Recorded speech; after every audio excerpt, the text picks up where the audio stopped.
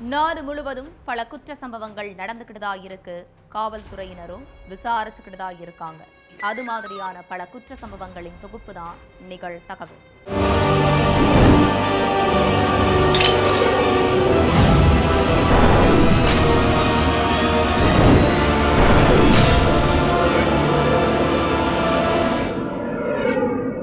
நிகழ்தகவு. காதல் தம்பதி வசித்த வீட்டிற்குள் திடீரென நுழைந்த இருவர் இளைஞரை தரதரவன ரோட்டுக்கு இழுத்து வந்து கல்லால் தலையில் அடித்தே கொலை செய்த கொடூரம். கொலையாளிகளில் ஒருவனை கையும் களவுமாக பிடித்து கம்பத்தில் கட்டி வைத்து அடித்து காவல் நிலையத்தில் ஒப்படைத்த பொதுமக்கள். இளைஞரை கல்லால் அடித்து கொலை செய்த நபர்கள் யார்? கொடூர கொலையின் பின்னணி என்ன?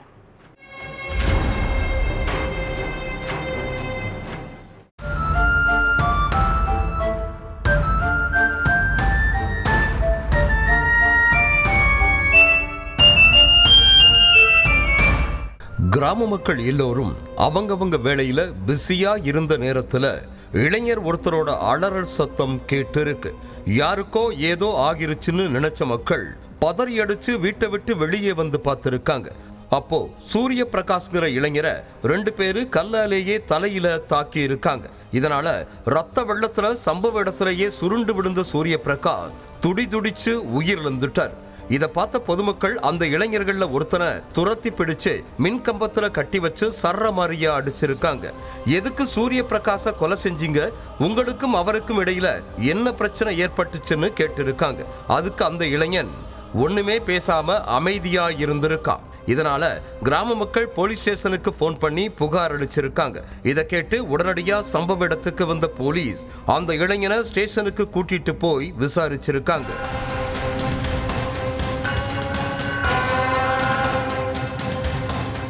ஆந்திராவில் உள்ள கிழக்கு கோதாவரி பகுதியைச் சேர்ந்தவர் சூரிய பிரகாஷ். இவரும் அதே பகுதியைச் சேர்ந்த சந்தியாங்கிற பெண்ணும் காலேஜ் லைஃப்ல இருந்தே க்ளோஸ் ஃப்ரெண்ட்ஸ்னு சொல்லப்படுது. சந்தியாவுக்கு கிரிபாபு, சந்திப்பால்னு 2 சகோதரர்கள் இருக்காங்க. இதுக்கடையில க்ளோஸ் ஃப்ரெண்ட்ஸா இருந்த சூரிய பிரகாஷும் சந்தியாவும் காதலிக்க ஆரம்பிச்சிருக்காங்க. கல்லூரி காலத்துக்கு அப்புறமும் 2 பேரும் ஒரு பிரைவேட் கம்பெனியில வேலை பார்த்துட்டு இருந்ததா சொல்லப்படுது. கிடைக்கிற நேரத்துல 2 பேரும் ஜாலியா ஊர் சுத்திட்டும் இருந்திருக்காங்க. கொஞ்ச நாட்களுக்கு முன்னாடி நள்ளிரவு நேரத்துல சந்தியாவோட அப்பாவுக்கு முழிப்பு தட்டி இருக்கு. அப்போ வீட்டு பால்கனியில நின்று சந்தியா யார் கூடவோ போன் பேசிட்டு இருந்திருக்காங்க. இதை பார்த்த தந்தை இந்த நேரத்துல யார் கூட பேசிட்டு இருக்கன்னு கேட்டிருக்காரு. அதுக்கு சந்தியா காலேஜ் ஃப்ரெண்டுன்னு ஏதேதோ சொல்லி மழுப்புனாலும் பொண்ணு மேல அப்பாவுக்கு டவுட் வர ஆரம்பிச்சிருக்கு.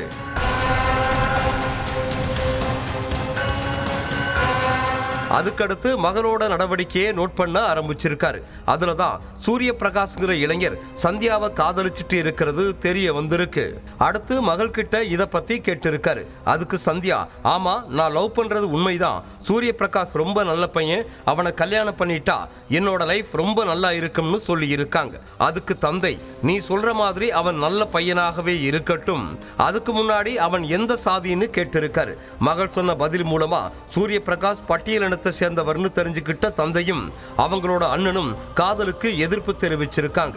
நீ சூரிய பிரகாச கல்யாணம் பண்ணிக்கிட்டனா உன்னால நம்ம குடும்ப மானமே போயிரும், பக்கத்து வீட்டுக்காரங்களும் சொந்தக்காரங்கன்னு யாருமே நம்ம குடும்பத்தை மதிக்க மாட்டாங்கன்னு சொல்லி அட்வைஸ் பண்ணி இருக்காரு.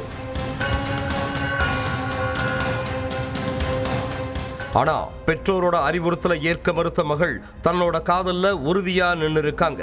அடுத்து சூரிய பிரகாஷ்க்கு போன் பண்ணி, நம்ம காதல் விவகாரம் வீட்டுல தெரிஞ்சிருச்சு, தயவு செஞ்சு வீட்டுக்கு வந்து என்னைய கூட்டிட்டு போயிருன்னு சொல்லி இருக்காங்க. அதுபடி வீட்டை விட்டு வெளியேறின 2 பேரும் பக்கத்துல உள்ள கோவில்ல வச்சு கல்யாணம் பண்ணிக்கிட்டாங்க. அடுத்து 2 பேரும் பக்கத்து ஊர்ல உள்ள ஒரு வீட்டை வாடகைக்கு எடுத்து வசிச்சிருக்காங்க. இதை தெரிஞ்சு கடும் கோபமான சந்தியாவோட அப்பாவும் அண்ணனும் சூரிய பிரகாஷ் மேலையும் மகள் மேலையும் கொலை வெறியில இருந்திருக்காங்க. அது மட்டும் இல்லாம அந்த இளைஞரை கொலை செய்யவும் திட்டம் போட்டிருக்காங்க. சம்பவத்தன்னைக்கு சந்தியாவும் சூரிய பிரகாஷும் வீட்டுல இருந்திருக்காங்க. அப்போ அவங்க வீட்டுக்குள்ள நுழைஞ்ச சகோதரர்கள் கிரிபாபுவும் சந்திப்பாலும் தனது தங்கை மற்றும் சூரிய பிரகாஷ கொடூரமா தாக்கி இருக்காங்க.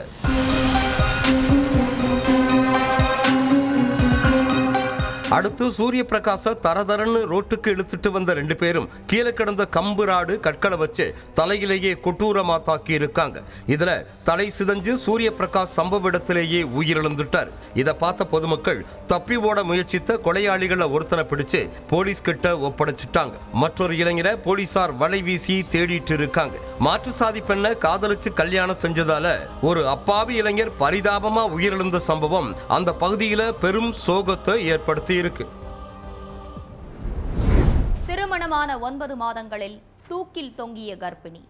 இளம் பெண்ணின் தங்கை கூறியதை கேட்டு அதிர்ச்சி. புகுந்த வீட்டில் நரக வேதனையை அனுபவித்து வந்த இளம்பெண் மகளாக பார்த்து கொள்ள வேண்டிய மருமகளை காலால் எட்டி உதைத்து சித்திரவதை.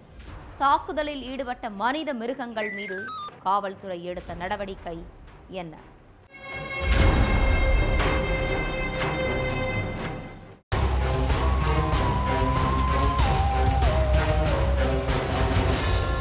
பெத்தவங்களோட எதிர்ப்பையும் மீறி லவ் மேரேஜ் பண்ணிக்கிட்டதுனால ஸ்ரத்தா மேல அவங்களோட அம்மா சங்கீதாவும் சொந்தக்காரங்களும் கடும் கோபத்துல இருந்திருக்காங்க. ஆனா ஸ்ரத்தா 3 மாசம் கர்ப்பமா இருக்கிறது தெரிய வந்ததும் எல்லாரோட கோபமும் கொஞ்சம் கொஞ்சமா தணிய ஆரம்பிச்சிச்சு. சீக்கிரமே பேரனையோ பேத்தியவோ நாம பார்க்க போறோம்னு நினைச்சு ஒட்டுமொத்த குடும்பமும் சந்தோஷமா இருந்திருக்காங்க. ஆனா அந்த சந்தோஷம் கொஞ்ச நாள் தான் இருக்குன்னு அவங்க யாரும் கனவுல கூட நினைச்சிருக்க மாட்டாங்க. உத்தரப்பிரதேச மாநிலம் ஏட்டாங்கிற பகுதியை சேர்ந்த ஸ்ரத்தாவும் அதே ஊரை சேர்ந்து அங்கித்தும் லவ் பண்ணிட்டு இருந்திருக்காங்க. இந்த காதல் விவகாரத்தை வீட்டுல உள்ளவங்க கிட்ட ஸ்ரத்தா சொன்னப்போ ஸ்ரத்தா வீட்டுல ஒத்துக்கவே இல்லை. ஆனா யார் எதிர்த்தாலும் காதலன் அங்கீத்தை தான் கல்யாணம் பண்ணிக்குவேன்னு உறுதியா இருந்த ஸ்ரத்தா பெத்தவங்க சொந்தக்காரங்க சுத்தி இருந்த எல்லாரோட எதிர்ப்பையும் மீறி கடந்த 2025 மே மாசத்துல கல்யாணம் பண்ணிக்கிட்டாங்க. கல்யாணமான சில மாசங்களையே ஸ்ரத்தா கர்ப்பமாயிருக்காங்க. மகள் கிட்ட நேரா பேசுறது இல்லைனாலும் மகள் கர்ப்பமா இருக்கிறது தெரிஞ்சு ஸ்ரத்தாவோட அம்மா தங்கச்சின்னு ஒட்டுமொத்த குடும்பமும் சந்தோஷமா இருந்திருக்காங்க.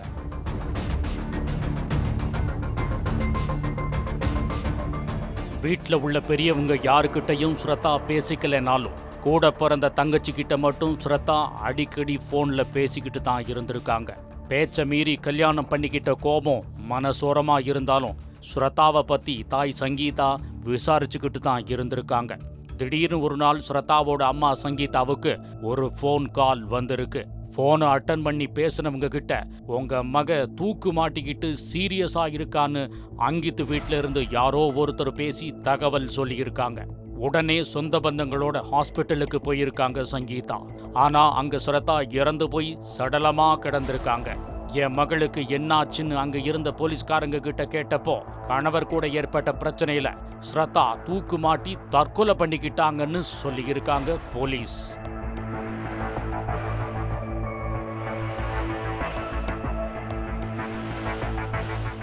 எங்க வீட்டு பொண்ணு தற்கொலை பண்ணிக்கிற பொண்ணெல்லாம் கிடையாது, கண்டிப்பா இதுல வேற ஏதோ மர்மம் இருக்குன்னு சொல்லி ஸ்ரத்தாவோட சொந்தக்காரங்க ஹாஸ்பிட்டல் வாசல்லையே ஆவேசப்பட்டாங்க.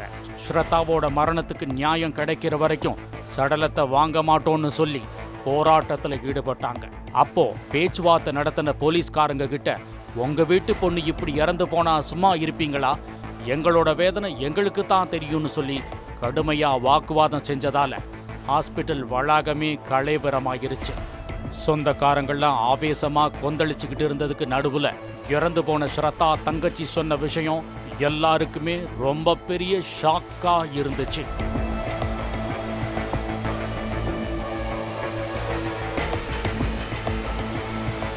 தன்னோட அக்கா ஸ்ரத்தா தன்கிட்ட போன்ல பேசினதை பத்தி சொல்லியிருக்காங்க. ஸ்ரத்தாவோட மாமியார் தினமும் சித்திரவதை பண்றதாவும் காலால உதைச்சு கொடுமைப்படுத்தினதா சொல்லி அழுததாவும் சொன்னாங்க. அது மட்டும் இல்லாம மாமியார் அடிச்சு கொடுமைப்படுத்திட்டு இருந்தப்போ உன் கணவன் அங்க என்ன செஞ்சிட்டு இருந்தாருன்னு கேட்டதுக்கு அவர் வேடிக்கை பார்த்துக்கிட்டு இருந்தாருன்னு சொல்லி ஸ்ரத்தா கதறி இருக்காங்க. எதுக்கெடுத்தாலும் தகுதி தராதரம் இல்லாத பொண்ணு, அழகா இல்லாத பொண்ணுன்னு சொல்லியே ஸ்ரத்தாவை அவங்க மாமியார் கரிச்சு கொட்டிக்கிட்டே இருந்ததாகவும் சொல்லப்படுது. காதலிக்கிற காலத்துல இருந்து கல்யாணம் பண்ணிக்கிற வரைக்கும் என்ன நம்பி வந்த பொண்ணுன்னு ஸ்ரத்தாவை தூக்கி வச்சு கொண்டாடுன அங்கித் மனைவி இறந்து போனது பத்தி கேட்டா அவ பாட்டுக்கு தூக்கு மாட்டிட்டு செத்து போயிட்டா அதுக்கு நான் என்ன பண்றதுன்னு அலட்சியமா பதில் சொன்னதா சொல்லப்படுது. தன்னோட பொண்ணு கல்யாணம் பண்ணிட்டு போன வீட்டில் ஒரு நாள் கூட நிம்மதியாக வாழவே இல்லை. அவளோட கணவனும் மாமியாரும் சேர்ந்து டார்ச்சர் பண்ணதா கண்ணீரும் கம்பளியுமா குமுறி இருக்காங்க ஸ்ரத்தாவோட அம்மா சங்கீதா. ஸ்ரத்தாவோட மாமியார் வரதட்சணை கேட்டதாகவும், இல்லைன்னா உங்க அம்மா வீட்டுக்கே போய் இருந்துக்கோன்னு சொல்லி தினம் தினம் தன் மகளை ரண வேதனைக்கு ஆளாக்குனதா கண்ணீர் வடிச்சாங்க. எல்லாத்துக்கும் மேல தன் பொண்ணோட முகத்திலையும் பின்னந்தலையிலையும் காயம் இருந்ததாகவும், இது கண்டிப்பா தற்கொலை இல்லை கொலைதானும் அடிச்சு சொல்றாங்க ஸ்ரத்தாவோட அம்மா சங்கீதா.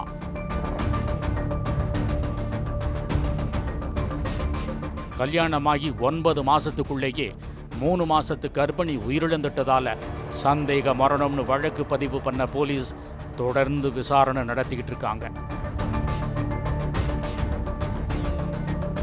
விசாரணையோட முடிவுல தான் ஸ்ரத்தாவோட மரணம் தற்கொலையா இல்ல வேற எதுவும் காரணமா, தற்கொலையா இருந்தா அதுக்கு யார் காரணம் அப்படிங்கக்கூடிய எல்லா கேள்விகளுக்கும் பதில் கிடைக்கும்னு சொல்லியிருக்காங்க காவல்துறையினர். பைக்கில் வீட்டிற்கு சென்று கொண்டிருந்த இளைஞரை வழிமறித்து துப்பாக்கியால் சுட்டுக் கொன்ற மற்றொரு இளைஞர். சோஷியல் மீடியாவில் வீடியோவை பதிவு செய்து கொலைக்கான வாக்குமூலத்தை அளித்த கொலையாளி. செல்போன் நம்பரை ட்ரேஸ் செய்து கரும்பு காட்டில் பதுங்கி இருந்தவரை கைது செய்த போலீஸ். இளைஞர் துப்பாக்கியால் சுட்டு கொலை செய்யப்பட்டது ஏன்? இருவருக்கும் இடையே அப்படி என்ன பிரச்சனை?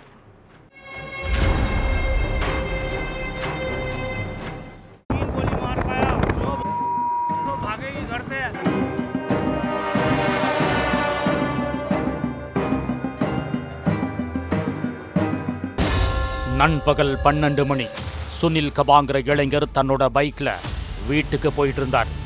அப்போ அவரை வழிமறிச்ச இன்னொரு இளைஞர் திடீர்னு தான் மறைச்சு வச்சிருந்த 3 வெவ்வேறு ரக துப்பாக்கியை எடுத்து சுனிலோட நெஞ்சு தலைன்னு எல்லா இடங்களையும் சரமாரியா சுட்டிருக்கார்.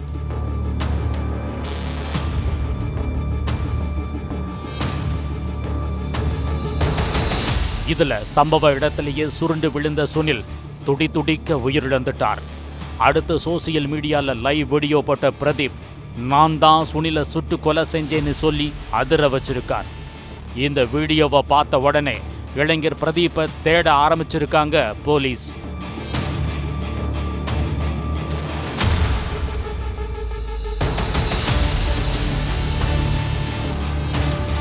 முதல்ல அவரோட அட்ரஸை கண்டுபிடிச்சு வீட்டுக்கு போயிருக்காங்க. ஆனால் வீட்டில் யாருமே இல்லை. அடுத்து அக்கம் பக்கத்து வீட்டுக்காரங்க கிட்ட இருந்து பிரதீப்போட நம்பரை வாங்கின போலீஸ் செல்போன் நம்பரை ட்ரேஸ் பண்ணியிருக்காங்க.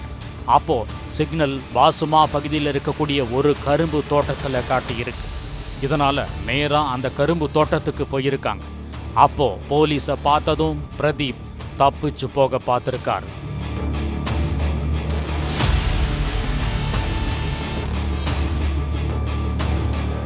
ஆனா அவரை சுத்தி வளைச்சு பிடிச்ச போலீஸ் அவரை ஸ்டேஷனுக்கு கூட்டு போய் கிடுக்குப்பிடி விசாரணையில் இறங்கினாங்க. அதில் தான் பல மர்ம முடிச்சுகள் வெளியாச்சு.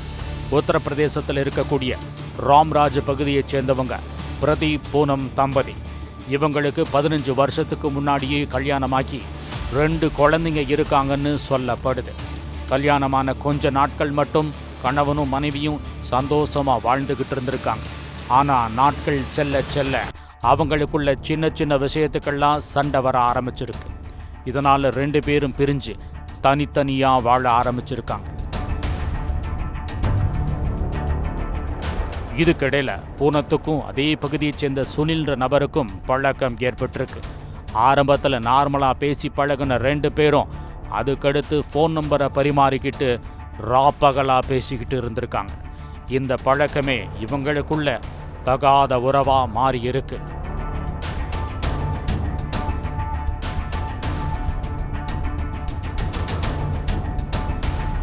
சுனிலும் பூனமும் தகாத உறவில் இருந்த விஷயம் பிரதீப்புக்கு தெரிய வந்திருக்கு.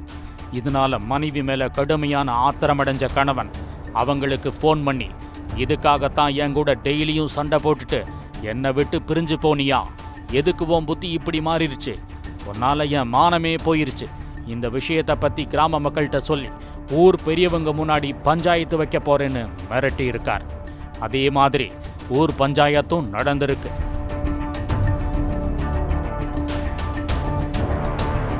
அப்போ பூனம், எனக்கு என் கணவன் கூட வாழவே பிடிக்கல, அவன் டெய்லி என்னை அடிச்சு சித்திரவதை பண்றான், அதனால தான் நான் அவனை பிரிஞ்சு போனேன், எனக்கு சுனிலை தான் ரொம்ப பிடிச்சிருக்கு, அவங்க கூட தான் இனிமே சேர்ந்து வாழ போறேன்னு சொல்லியிருக்காங்க. என்னோட 2 குழந்தைங்களையும் நான் என் கூடவே கூட்டிட்டு போறேன்னு சொல்லியிருக்காங்க.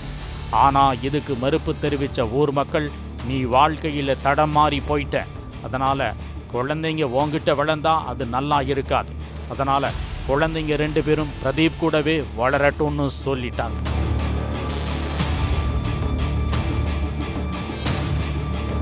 ஆனா ஊர் மக்கள் முன்னாடி மனைவியால அசிங்கப்பட்டு நின்ன பிரதீப் சுனிலை கொலை பண்ணணும்னு திட்டம் போட்டிருக்கார்.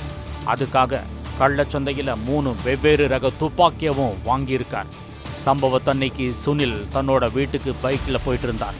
அப்போ அவரை பாதி வழியில் வழிமறிச்ச பிரதீப் மறைச்சு வச்சிருந்த 3 துப்பாக்கியவும் எடுத்து சுனிலோட நெஞ்சிலையும் தலையிலையும் குறி பார்த்து சுற்றிருக்கார். இதனால அங்கேயே சுருண்டு விழுந்த சுனில் உயிரிழந்துட்டார். அடுத்து சோசியல் மீடியாவில் வீடியோ ஒன்றை பதிவிட்ட பிரதீப், என் மனைவி சுனில்ங்கிற நபர் கூட தகாத உறவில் இருந்தா, அதனால் 3 வெவ்வேறு ரக துப்பாக்கிகளை வாங்கி சுனிலை சுட்டு கொலை பண்ணிட்டேன், அடுத்து என் மனைவியவும் கொலை செய்ய போறேன்னு மிரட்டல் விடுத்திருந்தார். இந்த வீடியோவை வச்சு பிரதீப்போட செல்போன் நம்பரை ட்ரேஸ் பண்ண போலீஸ் கரும்பு காட்டில் பதுங்கி இருந்த இளைஞரை அரெஸ்ட் பண்ணி சிறையில் அடைச்சிட்டாங்க. 2 வாரங்களுக்கு முன்பு காணாமல் போன இளம்பெண் எரிந்த நிலையில் சடலமாக மீட்கப்பட்ட கொடூரம். இளம்பெண்ணை கழுத்தை நெரித்து கல்லால் அடித்து கொலை செய்த காதலன். நள்ளிரவில் காதலியுடன் பைக்கில் சென்ற சிசிடிவி காட்சியால் சிக்கிய கொடூரம். உயிருக்கு உயிராக காதலித்த பெண்ணை கல்லால் அடித்து கொலை செய்தது மட்டுமில்லாமல் உடலை தீ வைத்து கொளுத்தியது ஏன்? கொலைக்கான காரணம் என்ன?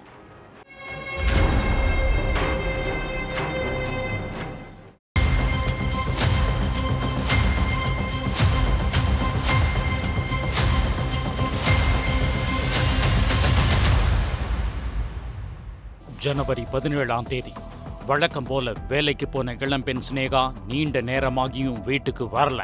போனும் சுவிட்ச் ஆஃப்ல இருந்திருக்கு. சொந்தக்காரங்க வீடு, தோழிகள்னு எல்லார்கிட்ட விசாரிச்சோம், மகளை பத்தின எந்த தகவலுமே கிடைக்கல.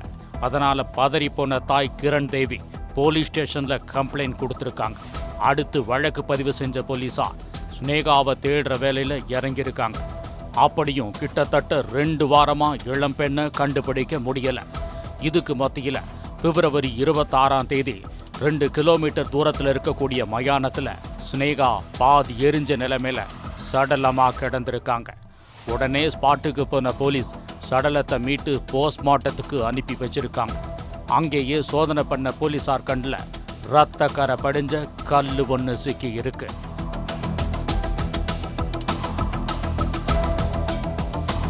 அதுக்கு பிறகு தடயவியல் நிபுணர்களை வர வச்சு அந்த கல்லில் இருந்த கைரேகையை சேகரித்த போலீஸ் அங்க இருக்கக்கூடிய சாலைகளில் இருந்த சிசிடிவி கேமரா பதிவுகளையும் ஆய்வு பண்ணியிருக்காங்க. அதுல நடு ராத்திரி 1 மணிக்கு ஸ்னேகா ஒரு இளைஞர் கூட பைக்ல போற காட்சி பதிவாகி இருந்திருக்கு. அந்த இளைஞர் பீகார் மாநிலம் பூர்ணியா கிராமத்தைச் சேர்ந்த நீரஜ்குமார் அப்படிங்கிறது தெரிய வந்திருக்கு. அதுக்கு பிறகு அந்த இளைஞரை பிடிச்சு விசாரிச்சப்பதான் பல உண்மைகள் வெளியே வந்துச்சு.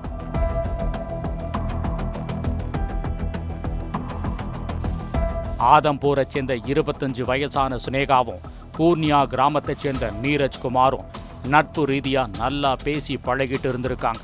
அப்போ நீரஜ்குமார் தனக்கு இன்னும் கல்யாணம் ஆகல, நான் சிங்கிள் தான் சொல்லி இருக்கார். அவர் சொன்ன எல்லாத்தையும் உண்மைன்னு நம்பின ஸ்னேகா ஒரு கட்டத்துல அவரை விரும்ப ஆரம்பிச்சிட்டாங்க.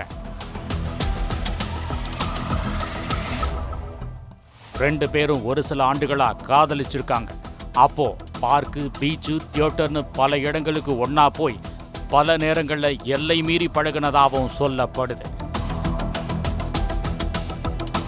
2 பேரும் ஜாலியா லவ் பண்ணிட்டு இருந்த நேரத்துல தான் நீரஜ்குமாருக்கு ஏற்கனவே கல்யாணமாகி 2 குழந்தைங்களும் இருக்காங்க அப்படிங்கக்கூடிய விஷயமே ஸ்னேகாவுக்கு தெரிய வந்திருக்கு.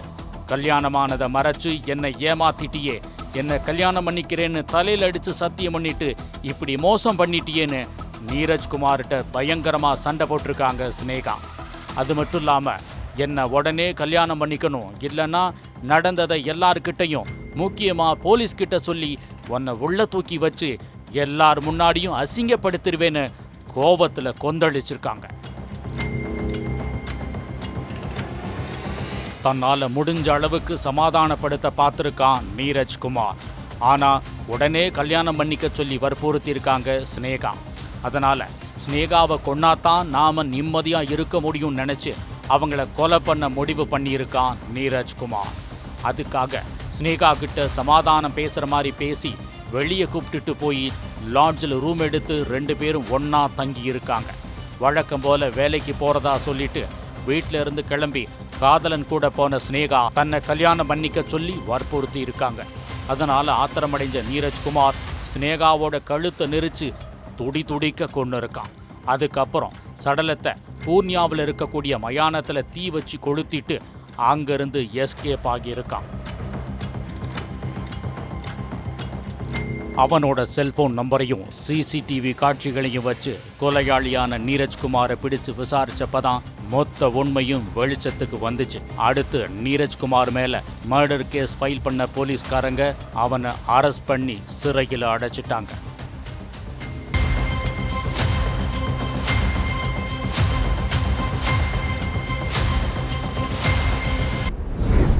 ஒவ்வொரு குற்றங்களின் முடிவும் சட்டத்தின் கையில். விசாரணை தொடரும். பார்க்கலாம் அடுத்த நிகழ்தகவில்.